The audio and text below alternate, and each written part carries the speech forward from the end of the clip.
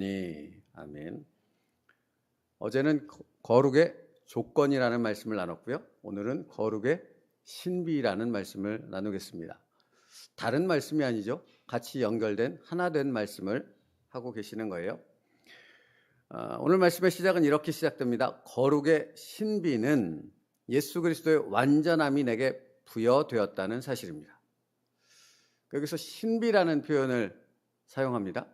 그러니까 신비로움이라는 것은 뭐 이렇게도 설명할 수 있겠죠. 우리가 이전에는 경험해 보지 못했던 그런 일들, 그런 세계를 알게 되고 경험하게 되는 것을 신비라고 합니다. 그러니까 이성적으로 논리적으로 설명이 될 수 있는 부분이 아닌 거죠. 만약에 우리가 상식적으로 그냥 느껴지고 경험하고 알고 설명할 수 있는 것이라면 신비라는 단어를 사용하지 않지요. 설명이 안 되는 겁니다. 그게 무엇입니까? 그리스도인의 삶이라는 겁니다. 이건 굉장히 중요한 것입니다. 늘 말씀드리잖아요. 내 이성의 잣대로 상식의 잣대로 이전에 살았던 틀과 기준을 갖고 내가 신앙생활을 해가는데 이것을 설명해버리라, 이것을 납득해버리라, 이것을 이해되도록 무언가를 계속해서 추구한다면 당신은 뭘 모르는 겁니까? 거룩이 뭔지를 모르는 겁니다. 지금 뭐라고 말씀하셨어요? 거룩의 신비는 예수 그리스도의 완전함이 내게 부여되었다는 사실이라고요. 이건 우리의 이성과 어떤 논리로 경험으로 설명될 수 없는 거라고 말하는 겁니다. 그래서 신비라는 단어를 쓰고 있다고요. 그런데 그리스도인이 되어졌는데 여전히 내 생각에 갇혀서 무언가를 내 생각 속에서 설명하고 이해되고 납득이 되는 건 나는 그것이 되어졌을 때 믿을 거야 라고 말한다면 아무것도 모르는 거죠. 일도 모르는 거죠. 일이라도 안다면 모르는 세계로 들어갔구나. 내가 알지 못하는, 경험해보지 못한 신비의 세계로 들어왔구나. 그것이 믿음이라는 것이고 구원이라는 것이고 하나님의 자녀가 되어졌다는 의미구나. 그러니까 이제 내가 그 신비로운 세계를, 그 신비로운 놀라운 일들을 경험하는 삶을 어제 말씀드렸듯이 시작했다고요. 우리의 날마다의 삶은 그렇다고요. 어제도 이해할 수 없는 일들이 벌어졌습니다. 벌어지지 말아야 될 일이 예수 그리스도를 믿고 참된 신앙인의 삶을 살아가야 하기 때문에 이상한 일들이 벌어집니다. 그런데 그 이상한 일들을 이상하다고만 생각하고 끝나버리면 아무것도 되어지지 못하지만 그 일을 이끌어 가시는 내가 알지 못하는 성령 하나님의 손길이 거기 밑에 있다라는 사실을 우리는 믿고 걸어가는 거죠. 그러므로 알게 되는 거죠. 정말 성령 하나님의 역사하심의 손길이 여전히 움직이고 계셨구나. 이래서 신비가 되는 겁니다. 그래서 완전하심이 내게 부여됐다는 겁니다. 예수님의 완전하심, 불완전하심, 부족함이 아니라 완전하심이라고요. 그래서 예수님은 마태복음 6장 48절에서 이렇게 말씀하신 거예요. 그러므로 하늘에 계신 너희 아버지의 온전하심과 같이 너희도 온전하라. 내가 거룩하니 너희도 거룩하라. 이런 놀라운 말씀들이 있잖아요. 그러니까 이 말씀이 누구를 향해 선포된 것입니까? 구원받은 나를 향해. 예수 그리스도 완전하심을 가진 나에게 선포된다고요. 뭐라고요? 하나님의 온전하심과 같이 너희도 온전하라. 내가 거룩하니 너희도 거룩하라. 이런 말도 안 되는, 그러니까 제가 말도 안 된다고 표현하는 것은 내 이성과 경험과 상식선에서 보면 말도 안 되는 얘기죠. 내가 어떻게 하나님처럼 온전해져? 내가 어떻게 하나님처럼 거룩해져? 이렇게밖에는 얘기가 의문이 나올 수밖에 없는 것이나 신앙이라는 거룩이라는 그 놀라운 신비의 세계에 들어온 사람이라면 그 말도 안 되는 얘기가 아멘이 되는 겁니다. 여러분, 그러니까 이게 되게 명확하다는 사실을 아세요. 세상에 사는, 세상에서 누릴 수 있는, 세상에 다른 사람들이 갖고 있는 어떤 복에 대해서, 그런 어떤 성공에 대해서, 인기에 대해서 여기서 강단에서 선포하면 그때는 두 손을 들고 할렐루야 아멘을 외치며 큰 소리로 화답하는 사람들이 하나님의 거룩을 외치고 하나님이 온전하심과 같이 너희도 온전하라, 이 놀라운 신비의 은혜들 누리는 삶을 살아라 라고 선포했을 때는 아멘이 어디로 있는지, 어디로 들어가 버렸는지 아멘 소리가 들리지 않는다는 거죠. 그게 타락입니다.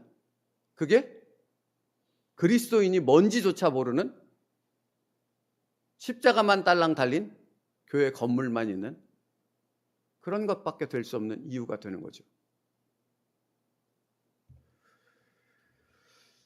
그러므로 여러분, 이렇게 또 설명해요. 거룩은 점진적으로 되는 것이 아니라 예수 그리스도께서 나에게 거룩이 되셨다는 사실을 믿음으로 깨닫는 순간에 즉시 되는 것입니다. 그러니까 완전한 것이 이미 들어왔다라는 거예요. 완전한 것이 들어왔는데, 구원이 이미 임했는데, 그 임한 구원에 대해서 우리는 우리의 삶을 통해 그것을 점점 더 이것이 무엇인가를 알아가는 삶을 사는 거라고요. 근데 맞지 않습니까? 왜 이렇게 말하냐면 자녀들은 부모의 사랑을 압니까 모릅니까? 어렸을 때? 잘 모르지 않습니까? 언제 깨닫습니까? 자기가 부모가 되었을 때. 그러니까 자기가 부모의 마음으로 누군가를, 아니 자녀를 사랑할 때. 그러니까 그렇게 되는 겁니다. 그러니까 여러분, 예수님께서 산상수훈에서 오리를 가져가면 심리를 가고 겉옷을 나가면 속옷을 두고 뺨을 때리면 반대쪽 뺨도 내밀어 주라라고 말씀하시는 부분은 단순히 어떤 외형적인 순종을 말하고 있는 것이 아니라 내 안에 있는 예수님의 성품, 예수님의 완전하심, 예수님의 거룩이 무엇인가를 나의 삶 속에서 깨닫게 하시기 위해 그 말씀을 우리에게 축복으로 주셨다라는 사실이죠. 그러니까 순종은 내가 어거지로 복 받으려고 순종하는 것이 아니라고요. 성경은 복 받기 위한 수단으로 순종을 말씀하지 않는 거예요. 우리에게 주신 이 완전함의 거룩, 완전함의 구원의 기쁨, 이 은혜들을 누리게 하는 삶은 순종을 통해서만 우리가 그 은혜를 누릴 수 있는 자가 될 수 있다고요. 있다고요.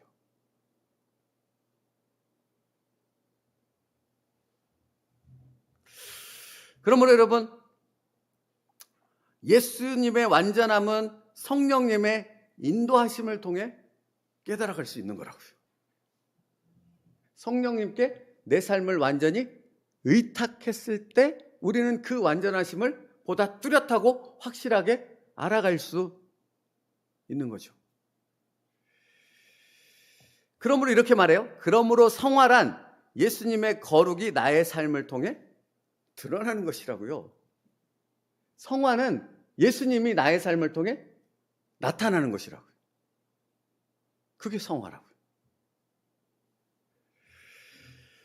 그러므로 의지적인 항복이라는 선언이 있을 수밖에 없고 자발적인 순종이라는 표현이 있을 수밖에 없는 것입니다. 성령 하나님께 온전한 의탁을 통해서만 예수님의 완전하심을 우리의 삶에서 경험할 수 있는 것입니다. 그러니까 이런 사람들은 어떤 고백이 계속 나와요?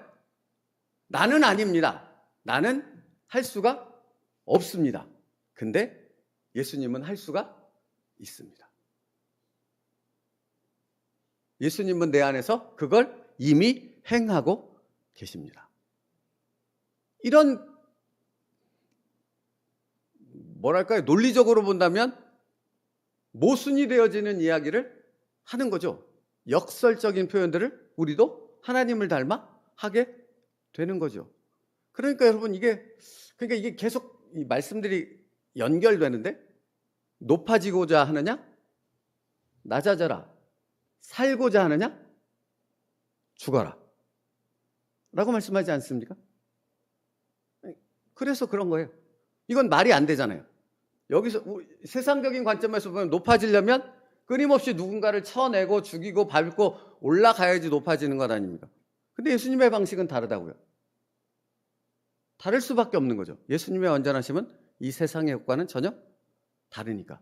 그것을 경험하는 게 우리 성도라고요. 그것을 경험할 수 있는 자는 완전하심을 소유한 자가 그것을 경험할 수 있고 그 완전하심을 소유하지 못한 자는 이것이 무엇인지조차도 알지 못하는 삶을 사는 거죠.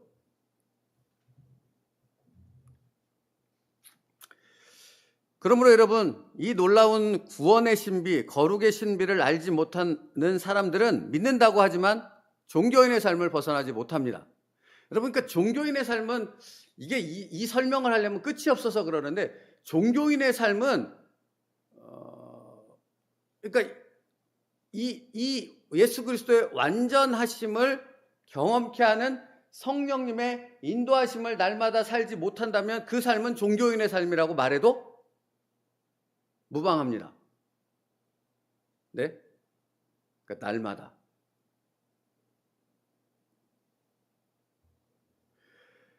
믿는다고는 하지만 종교인의 삶을 벗어날 수 없는 이유는 그들은 성령님이 주도권을 갖고 계시지 않아요. 내가 주도권을 갖고 있기 때문에 그런 거예요. 그러니까 여러분 신앙인이라 하면서 자기가 주도권을 갖고 자기 판단, 자기 생각, 자기 틀, 자기 기준 끊임없이 자기 주장과 고집을 내세우고 있다면 사람은 하나도 모르는 거라니까요. 하나도. 그러니까 이게 설명해도 반복만 되는 거예요. 그러니까 이 완전하심을 누리는 엄청난 신비로운 삶은 그 사람의 삶을 통해서는 경험되어질 수도 없고 알 수도 없는, 그러니까 끊임없이 어떤 인간적인 부분만을 드러내는 삶밖에 살 수 없는 자가 되어지는 것입니다. 정확하게. 그래서 여러분 챔버스 목사님이 계속해서 이것을 강조합니다. 거룩의 신비는 예수님의 모든 완전하심이 내게 주어졌다는 사실을 깨닫는 것이라고요. 다른 말로 표현해 볼까요? 끊임없이 부수는 삶을 사는 거라고요. 어제 말씀 시작할 때 뭐라 그랬어요? 살리는 것이 아니라 뭐 하는 거라고요?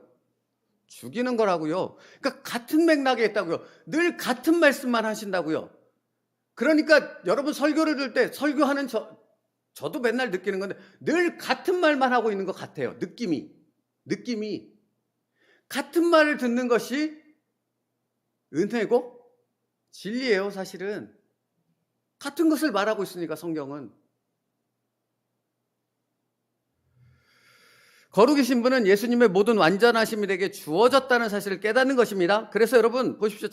에베소서 1장 4절에서는 곧 창세전에 그리스도 안에서 우리를 택하사 우리로 사랑 안에서 거룩하고 흠이 없게 하시려고 라고 명확하게 선언하고 있는 거고요. 이 뒤 이어 사도 바울이 이것에 대해서 성도들의 삶을 통해 이것이 어떻게 드러나는가, 어떤 것인가 하는 부분을 알고 날마다 그것을 위해서 중보기도 한다라는 표현 속에 뭐라고 했는지 들어보십시오. 에베소서 1장 17절부터 19절인데 우리 주 예수 그리스도의 하나님 영광의 아버지께서 지혜와 계시의 영을 너희에게 주사 하나님을 알게 하시고 너희 마음의 눈을 밝히사 그의 부르심의 소망이 무엇이며 성도 안에서 그 기업의 영광의 풍성함이 무엇이며 그의 힘의 위력으로 역사하심을 따라 믿는 우리에게 베푸신 능력의 지극히 크심이 어떠한 것을 너희로 알게 하시기를 구하노라. 이게 성도라고요. 이게 성도의 삶이라고요. 여러분이 하나님의 천국의 문 앞에 이르기 전까지 여러분의 삶의 목표와 과정은 여기에 있다고요. 에베소서에 그렇게 분명히 못 박아 설명해주고 있다고요. 그러니까 여기에서 벗어난 이 세상의 것, 나를 중심으로 하는 것, 내가 주도권을 갖는 것, 내가 무언가를 계획하는 것에 내가 몰입하고 있다면 이미 그것을 벗어나 나는 다른 것에 내 마음과 생각을 빼앗기고 있는 것이라고요. 분별하시라고요. 제자리로 돌아오게 하는 성령님의 손길에 온전히 항복하고 따라오시라고요. 그래서 여러분 이런 부분들에 대한 것이 어떤 방법과 어떤 방식으로 이루어집니까? 그래서 어제 나눴던 말씀이 이거잖아요. 성령께서 거룩이 무엇을 의미하는지를 보여주시면 바로 뭐가 시작된다 그랬어요? 싸움이 시작된다고. 여기 싸움이 시작된다고요. 그래서 사도 바울이 말했던 것처럼 옛 성품과 새로운 성품이 끊임없이 싸우는 그 삶이 있다고, 그게 영적 싸움이라고 말하는 것처럼 우리 안에 그 싸움이 있습니다. 이 싸움이 있는 것이 비정상이 아니라 정상입니다. 올바른 길을 가고 있다는 증거라고요. 그러면 여러분 반대로 내가 비정상적인 신앙인, 종교인의 삶을 살고 있고 올바르지 않은 길을 가고 있다는 증거는 무엇입니까? 여기에서 그 싸움이 없는 겁니다. 왜 없죠? 내가 포기했으니까. 이것에 대한 부분을 거절하고 있으니까. 그러니까 어제 말씀에 그렇게 표현하잖아요. 내가 예수님을 거부한다고. 성령님의 그 인도하심을 거절한다고. 그러면 여기서 그 싸움이 일어나지 않아요. 그러니까 여러분, 정말 단순하게 표현해서 예배의 자리에 나오지 않고 말씀의 자리에 나오지 않고 성령님의 터치하시는 그 자리에 나아가지 않으면 싸움은 일어날 리가 없죠. 내 맘대로 살면 되니까. 근데 왜 싸움은 일어납니까? 놀라운 하나님의 말씀이 선포되는 자리에 나를 갖다 놨거든요. 그 말씀이 내 안에 부딪히거든요. 내 안에 그 죽어야 하는 것들을 죽여야 된다고 만지시거든요. 그러니 얘 안에서 엄청난 싸움이, 부대낌이 일어날 수밖에 없는 거라고요. 부대낌이 없는 건 죽은 거라고요. 살아있으면 살아있음의 증거가 있다고요. 내가 그리스도인이라면.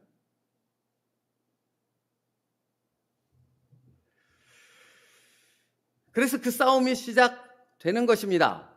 그래서 사실은 어떤 목사님의 표현처럼 이 말이 나올 수 있는 거예요. 하나님의 고집과 사람의 고집이 싸운다고. 여기서 누가 이겨요? 누구의 고집이 이겨요? 이건 너무나 당연한 말이지 않습니까? 근데 내 고집이 이길 수 있는 방법이 있어요. 완전히 하나님의 그것을 내 안에서 빼버리면 되는 거거든요. 이 사단 마귀가 마치 그럴 수 있는 것처럼 가장해서 우리를 속이는 거죠. 여러분, 그러니까 이 말이 뭔지 아세요? 그러니까 교회 안에서 하나님의 그 거룩의 신비, 그 놀라운 예수 그리스도의 완전하심을 가리키는 싫어요. 그것을 거부해요. 그래서 교회를 떠났다고 가정해 보죠. 떠났어요. 근데 그 사람이 구원받은 사람이에요. 선택받은 사람이에요. 그러면 떠난다고 끝납니까? 아니면 그건 새로운 시작을 의미합니까? 새로운 시작이에요. 자기가 떠났다고 착각하는 것뿐이지. 그죠? 이게 다르다고요. 하나님의 고집은 포기됨이 없는 거예요. 그러니까 지혜로운 자와 어리석은 자의 차이가 무엇입니까? 아는 자와 모르는 자의 차이가 무엇이냐고. 이걸 아는 자는, 지혜로운 자는 그러므로 기브업하는 겁니다. 하나님 앞에서. 근데 이걸 모르는 자는 끊임없이 자기의 주장 가운데 자기의 살아있는 그 주장을 끊임없이 말하는 바람에 이 싸움의 격렬도가 더 심각해지는 거죠.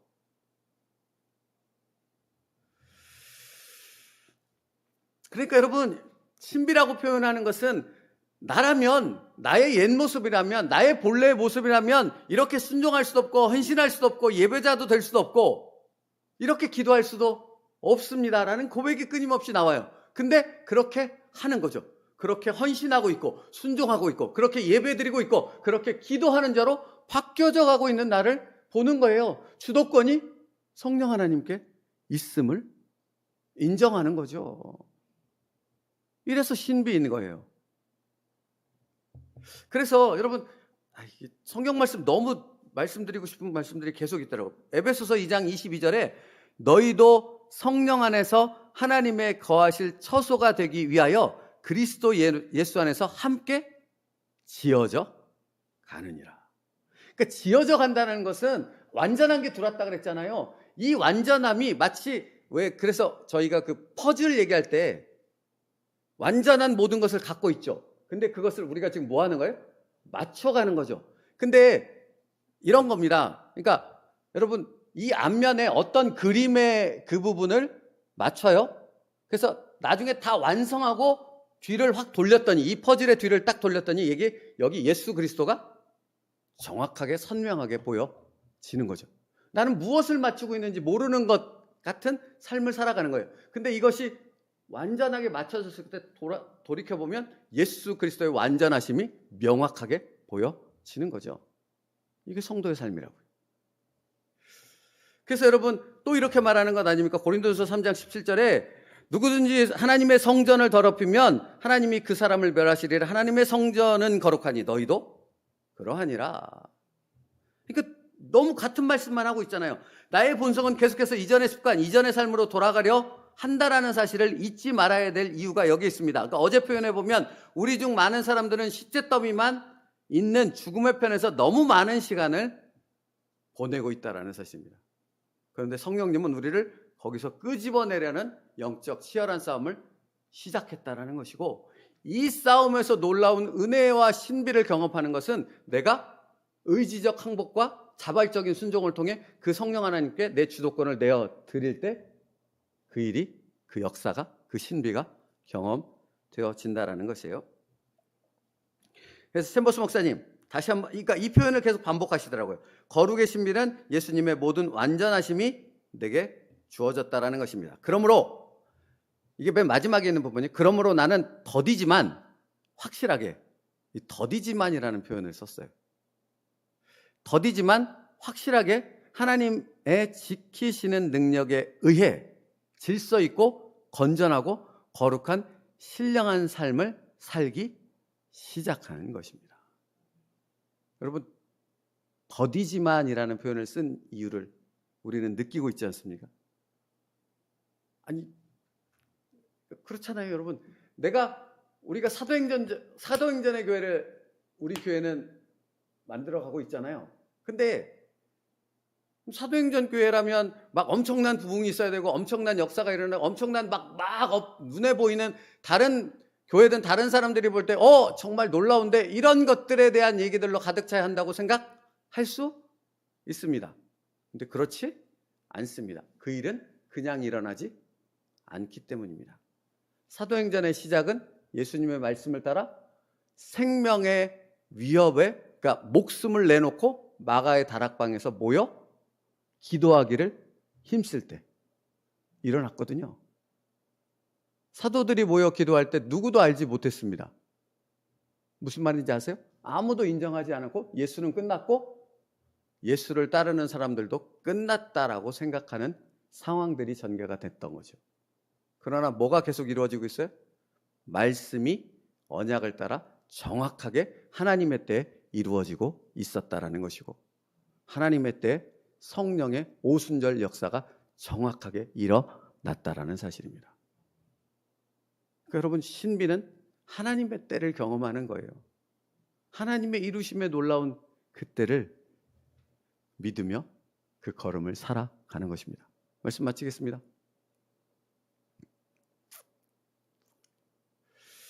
거룩은 부여받은 것이지 모방하는 것이 아닙니다라는 표현을 했어요. 그러니까 내가 내 의지나 노력으로 뭔가를 하려고 노력하는 것이 아니라고요. 뭐 하는 거라고요? 거룩의 신비를 누리는 것은 나를 맡기는 거라. 오늘 하루의 삶을 여러분 어떻게 되든지 어떻게 될지를 걱정하지 마시고 그냥 성령 하나님께 내어 맡기십시오. 그리고 거룩의 신비를 체험할 수 있는 저와 여러분 될 수 있기를 주님의 이름으로 축복합니다. 기도하겠습니다. 살아계신 하나님 감사합니다. 오늘도 거룩의 놀라운 신비, 예수 그리스도의 완전하심을 누리는 삶을 살게 하여 주시옵소서. 그러므로 우리의 모든 의지와 그런 것들을 주님 앞에 내려놓고 온전히 성령님만을 의지해서 내 삶을 내어 맡길 수 있는 온전한 의탁이 있게 하여 주시옵소서. 예수님의 이름으로 기도 올리옵나이다. 아멘.